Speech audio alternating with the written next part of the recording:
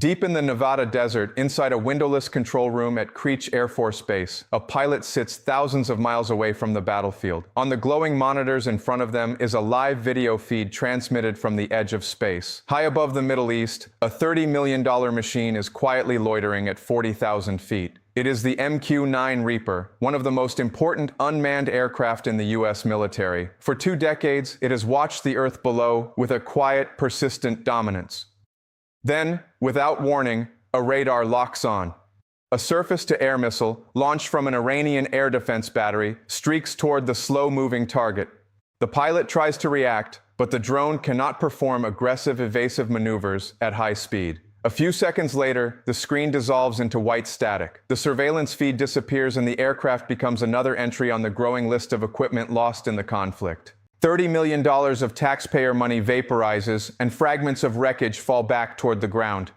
At first, the reports seemed scattered. A drone lost here, another one missing a few days later, then another individually. Each incident looked small. Military aircraft are lost in conflicts from time to time, and a single unmanned aircraft rarely makes global headlines. But when analysts began putting the pieces together, a pattern slowly appeared. Several MQ-9 Reaper drones operated by the United States had been shot down or destroyed during the conflict with Iran. For generations, the American public has held a deep, comforting belief, an illusion of invincibility. Since the end of the Cold War, we have believed that when the United States military takes to the skies, it owns them absolutely. The United States Air Force has rarely been challenged in any meaningful way, but the wreckage of these drones scattered across the desert floor shatters that illusion. Individually, these incidents may appear limited, but when viewed together, they reveal something important. Iran's air defense network has demonstrated the ability to challenge some of the most widely used unmanned surveillance aircraft in the U.S. arsenal. This is not just a string of unfortunate accidents, it is a calculated and deliberate dismantling of American aerial authority. And suddenly those scattered incidents started to tell a much larger story. It is a blaring red alert for the Pentagon and a terrifying glimpse into the future of warfare. The era of uncontested drone surveillance is coming to an end, and the rules of the game are being rewritten right above our heads. To truly understand the gravity of these losses, we must first look at the machine itself.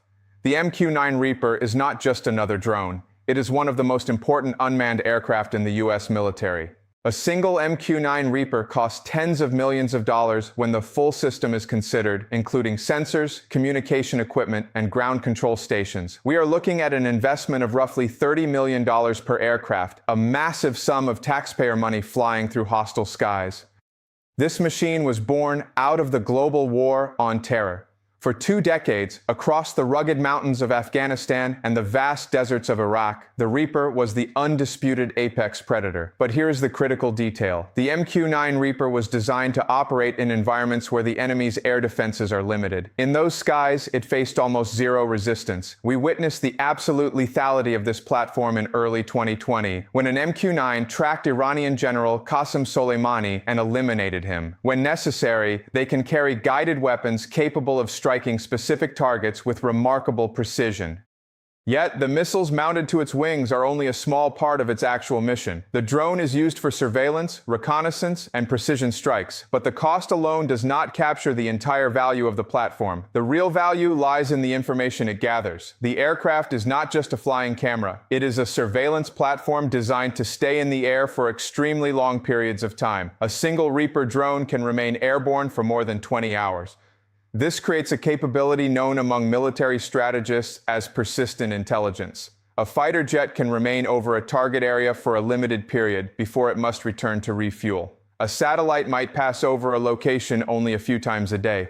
But a drone like the MQ-9 can stay there far longer, patiently gathering information and transmitting it back to operators thousands of kilometers away. It can loiter high above the Earth, staring unblinking at a single target for an entire day and night. In many conflicts, aircraft like the Reaper act as the eyes in the sky. They monitor troop movements, they track vehicles, they identify potential threats before pilots or soldiers ever encounter them. Reaper drones provide commanders with real-time intelligence. The hours of surveillance, the intelligence it provides to commanders making decisions in real time. Because of that versatility, the MQ-9 has become a central platform in modern American military operations. It is the foundation of how the United States watches its adversaries, and that is exactly why taking them down is not a random act of aggression, but a calculated strategy to blind the most powerful military in the world. According to open-source tracking and conflict reports, multiple MQ-9 Reaper drones were shot down by Iranian air defenses during the conflict. Some were reportedly intercepted by surface-to-air missiles. In total, reports suggest that around 9 MQ-9 drones were shot down, while additional aircraft were destroyed or lost during related operations. One drone was reportedly destroyed by a missile strike while still on the ground, while 2 others were lost in accidents during operational missions. Individually, these incidents may appear limited, but when viewed together, they reveal something important. Iran's air defense network has demonstrated the ability to challenge some of the most widely used unmanned surveillance aircraft in the U.S. arsenal. For years, American military planners largely dismissed the capabilities of these foreign defense networks. But the writing has been on the wall for those willing to read it. Consider the staggering event from June 2019. High above the Strait of Hormuz, an American RQ-4 Global Hawk, an enormous surveillance drone worth a staggering $130 million, was blasted out of the sky by a locally produced Iranian surface-to-air missile. That was not a lucky shot. It was a declaration of intent. The recent string of MQ-9 losses proves that the destruction of American drones is a calculated, evolving strategy.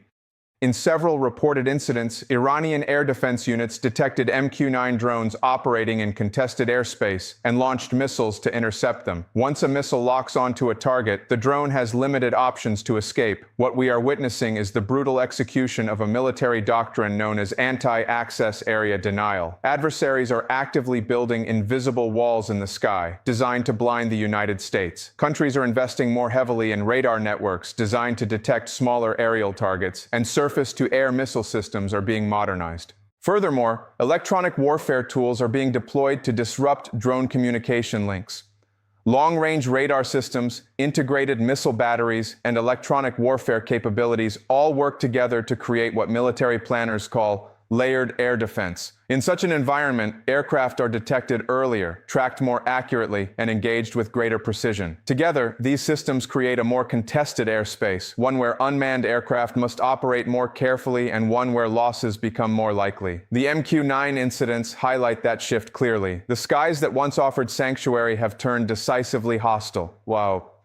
There is a persistent myth surrounding drone warfare. Fueled largely by Hollywood blockbusters and video games, the American public often imagines these machines as hyper-agile spacecraft, darting through the clouds at supersonic speeds, executing barrel rolls to dodge incoming missiles. The reality is far more brutal and far less cinematic.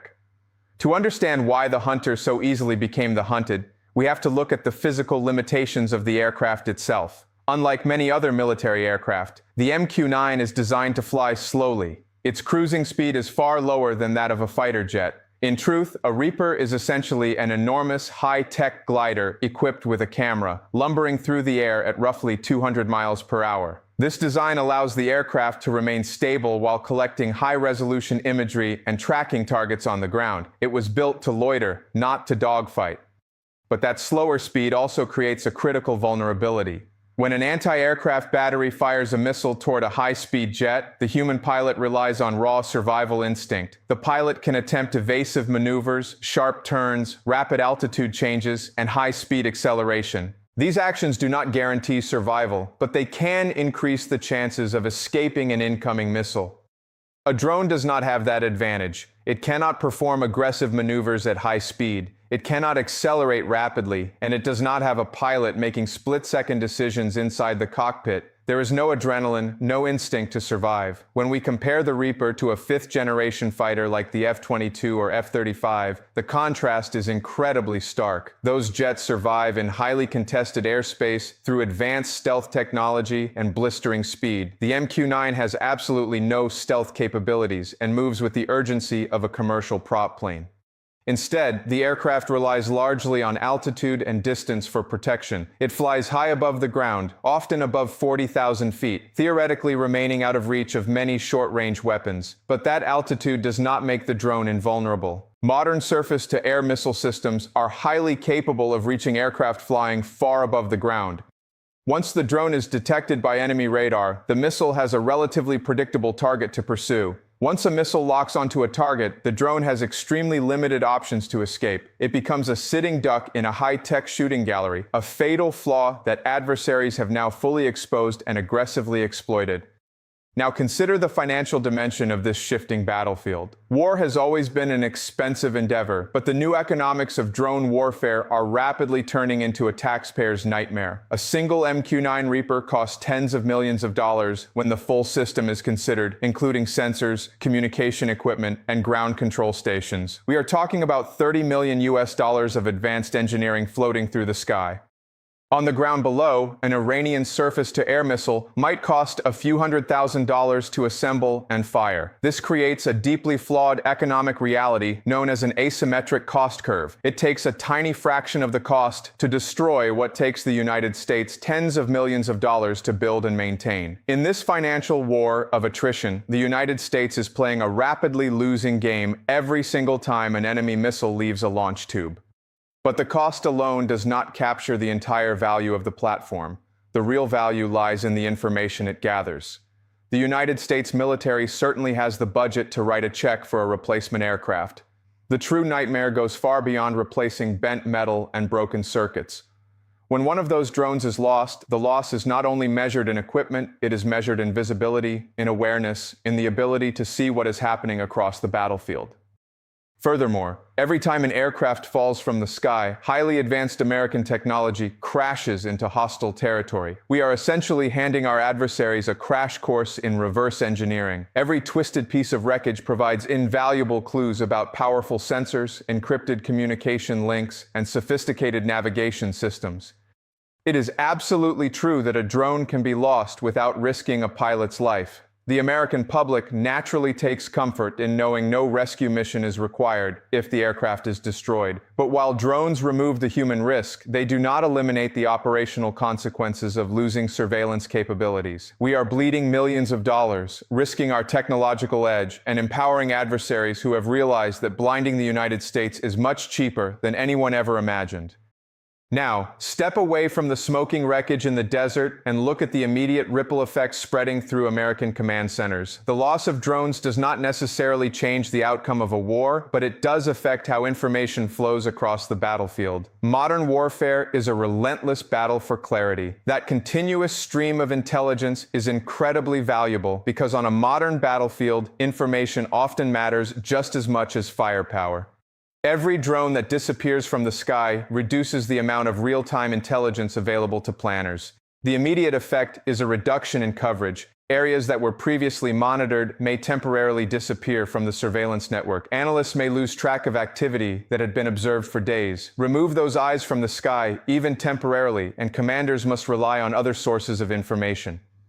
When the screens go dark, a common question often arises from the public. Why not simply rely on space? Commanders might turn to satellites, ground reports, other aircraft. Satellites might fill some of that gap, but those alternatives often come with limitations. Satellites cannot stay above the same location continuously. They orbit the Earth at terrifying speeds, passing over a target for only a few fleeting minutes before vanishing over the horizon, and they are easily blinded by simple cloud cover. They cannot linger to watch a target develop. Each alternative has its own limitations, which is why drones like the MQ-9 became so important in the first place. They track targets for hours or even days.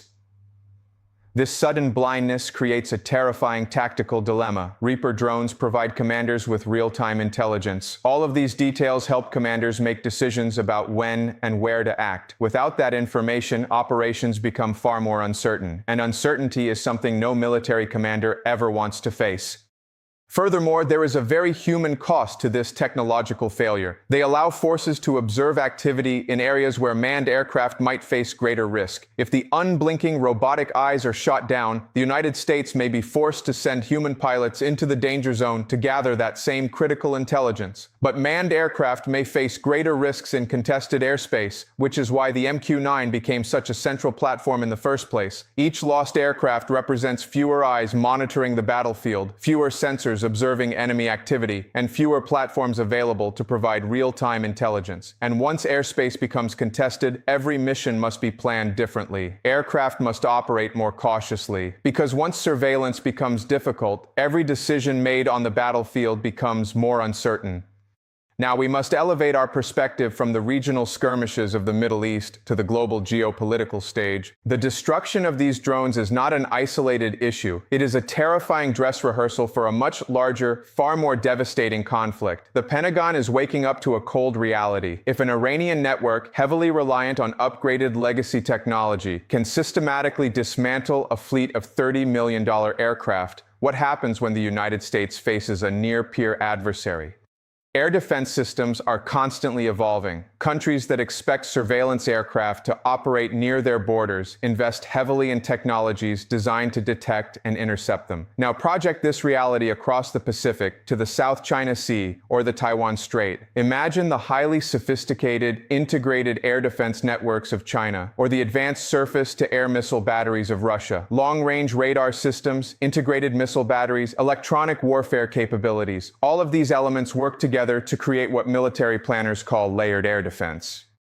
In such an environment, aircraft are detected earlier, tracked more accurately, and engaged with greater precision. The entire American arsenal of unmanned surveillance, perfected over 20 years for uncontested skies, suddenly looks incredibly fragile. The strategic implications are staggering. Control of the skies is no longer defined only by fighter jets and bombers. It is increasingly shaped by the interaction between surveillance systems and the defenses designed to stop them.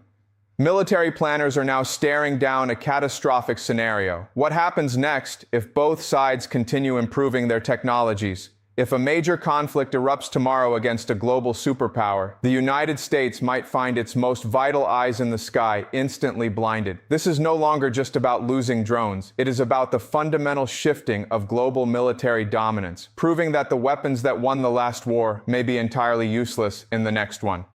But the United States military is not known for simply surrendering the skies. The death of the MQ-9 Reaper in contested airspace is not the end of American aerial dominance. Instead, it is a violent catalyst for evolution. In the relentless cycle of modern conflict, each new defense system encourages the development of new aircraft designed to overcome it.